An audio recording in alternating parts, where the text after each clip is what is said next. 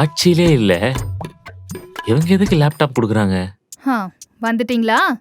நல்லது எது நடந்தாலும் உங்களுக்கு பிடிக்காதே. என்னங்க வம்பிழுக்கிறீங்க? எல்லாருக்கும் நல்லது பண்றதுதான் எங்க வேலையே. சாப்பிடுங்க. அப்படியா? அப்ப ஏன் இன்னும் ஸ்டூடெண்ட்ஸ்க்கு லேப்டாப் தரல? அதான் கொடுக்குறோம்னு சொல்லிருக்கோமே சில பேருக்கு. எங்க ஆட்சியில ஸ்டூடெண்ட்ஸ் படிக்கும் போது எல்லாருக்கும் லேப்டாப் கொடுத்தோம். ஏன் நீங்களும் தானே வாங்கியிருப்பீங்க? ஆ, சொல்லுங்க, இப்ப பேசுங்க. ஆமா. சரி, அந்த சைக்கிள் மேட்ரு என்னாச்சு?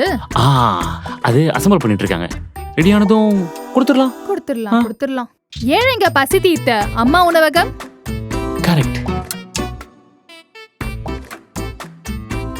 தலைவரே, இந்த அம்மா உணவகம் ஏன் மூடணும்? சாப்பாடு சூப்பரா இருக்குமே அங்க. என் பொண்டாட்டி சமைக்கிறது நல்லா இருக்குமே.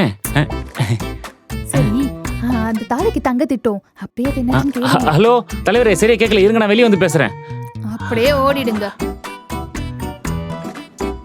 இனியும் ஏமாறாதீங்க, இது மாற்றத்துக்கான நேரம்.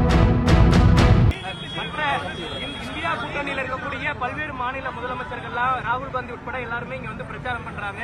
பாஜக தமிழ்நாட்டுக்கு வரக்கூடாதுன்றதுல தொடர்ந்து அவங்க பிரச்சாரத்தை முன்வச்சு அது மட்டும் தான் பிரச்சாரம் பண்றாங்க. யாரும் ஸ்டாலின் ஐயா முதலமைச்சர் ஆகணும் இதுவரைக்கும் யாரும் பிரச்சாரம் பண்ணல.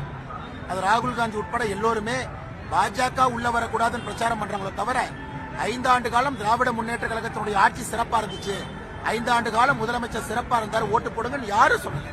எந்த கட்சி தலைவரும் முதல்வரை ஆதரிச்சு பிரச்சாரம் பண்ணதை நான் பார்க்கவே இல்லை. அதே போல அவருடைய கூட்டணியை பொறுத்தவரை ராகுல் காந்தி அவர்களும் ஸ்டாலின் அவர்களும் ஒரே மேடை ஏறல, தனித்தனியாக நின்று கொண்டிருக்கின்றார்கள். யாரும் என்டோர்ஸ் பண்ணல. அது கோயிலுக்கு வெளியே ஒரு தேங்காய் உடைச்சிங்கன்னா எப்படி சிதறுமோ அது போன்ற திராவிட முன்னேற்ற கழகத்தினுடைய கூட்டணி சிதறி இருக்கிறது. பாஜக தமிழ்நாட்டில் அதிமுக வெற்றி பெற்றால் அது பாஜகவினுடைய பினாமி ஆட்சியா தான். அது அவர்களுடைய பார்வை. 169 இடத்துல நிற்கக்கூடிய அனைத்து இந்திய அண்ணா திராவிட முன்னேற்ற கழகம் எப்படி பினாமி ஆட்சியாக இருக்கும்? 32 இடத்துல பாரதிய ஜனதா கட்சி நிற்குது, கூட்டணி கட்சிகள் இருக்குது. இதெல்லாம் தேவையில்லாத ஒரு வதந்தியை பரப்பிக் கொண்டிருக்கிறார்கள். தமிழக மக்களுக்கு தெளிவாக தெரியும். திராவிட முன்னேற்ற கழகத்துக்கு எதிரான வாக்க ஏப்ரல் 23 செலுத்திருக்கிறார்.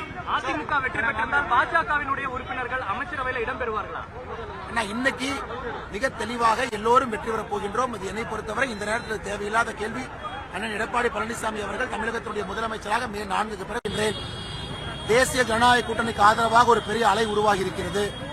தென் தமிழகத்தில், கொங்கு பகுதியில், டெல்டா பகுதியில் அனைத்து இடத்திலும் கூட திராவிட முன்னேற்ற கழகத்துக்கு எதிரான கோபம் முழுமையாக களத்தில் வெளிப்பட ஆரம்பித்திருக்கின்றது. அதுவும் நம்முடைய பெண்கள், சகோதரிகள், தாய்மார்கள் பாராளுமன்றத்தில் 33% இடஒதுக்கீடு இருக்கக்கூடிய காங்கிரஸ் திராவிட முன்னேற்றத்துக்கு எதிராக வாக்களிக்க போறாங்க. களம் சிறப்பாக இருக்கிறது. திராவிட முன்னேற்ற கழகம் வீழ்த்தப்பட வேண்டும் என்று மக்கள் நினைக்கின்றார்கள். 23ஆம் தேதி நீங்க பாப்பீங்க, பெரிய எண்ணிக்கையில பாரதிய ஜனதா கட்சி, தேசிய ஜனநாயக கூட்டணியுடைய எல்லா வேட்பாளரும் வெற்றி பெறுவார்கள். இந்தியா கூட்டணியில் இருக்கக்கூடிய பல்வேறு மாநில முதலமைச்சர்கள்லாம் ராகுல் காந்தி உட்பட எல்லாருமே இங்க வந்து பிரச்சாரம் பண்றாங்க. பாஜக தமிழ்நாட்டுக்கு வரக்கூடாதுன்றதுல தொடர்ந்து அவங்க பிரச்சாரத்தை முன்வச்சு அது மட்டும் தான் பிரச்சாரம் பண்றாங்க. யாரும் ஸ்டாலின் ஐயா முதலமைச்சர் ஆகணும் இதுவரைக்கும் யாரும் பிரச்சாரம் பண்ணல. அது ராகுல் காந்தி உட்பட எல்லோருமே பாஜக உள்ள வரக்கூடாதுன்னு பிரச்சாரம் பண்றாங்களோ தவிர 5 ஆண்டு காலம் திராவிட முன்னேற்ற கழகத்தினுடைய ஆட்சி சிறப்பா இருந்துச்சு, 5 ஆண்டு காலம் முதலமைச்சர் சிறப்பா இருந்தாரு, ஓட்டு போடுங்கன்னு யாரும் சொல்லல. எந்த கட்சி தலைவரும் முதல்வரை ஆதரிச்சு பிரச்சாரம் பண்ணதை நான் பார்க்கவே இல்லை. அதே போல அவருடைய கூட்டணியை பொறுத்தவரை ராகுல் காந்தி அவர்களும் ஸ்டாலின் அவர்களும் ஒரே மேடை ஏறல, தனித்தனியாக நின்று கொண்டிருக்கிறார்கள். யாரும் என்டோர்ஸ் பண்ணல. அது கோயிலுக்கு வெளியே ஒரு தேங்காய் உடைச்சிங்கன்னா எப்படி சிதறுமோ அது போன்ற திராவிட முன்னேற்ற கழகத்தினுடைய கூட்டணி சிதறி இருக்கிறது.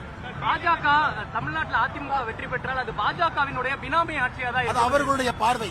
169 இடத்துல நிற்கக்கூடிய அனைத்து இந்திய அண்ணா திராவிட முன்னேற்ற கழகம் எப்படி பினாமி ஆட்சியாக இருக்கும்? 32 இடத்துல பாரதிய ஜனதா கட்சி நிற்குது, கூட்டணி கட்சிகள் இருக்குது. இதெல்லாம் தேவையில்லாத ஒரு வதந்தியை பரப்பிக் கொண்டிருக்கிறார்கள். தமிழக மக்களுக்கு தெளிவாக தெரியும். திராவிட முன்னேற்ற கழகத்துக்கு எதிரான வாக்க ஏப்ரல் 23 செலுத்திருக்கிறார். அதிமுக வெற்றி பெற்றால் பாஜகவினுடைய உறுப்பினர்கள் அமைச்சரவையில் இடம்பெறுவார்களா?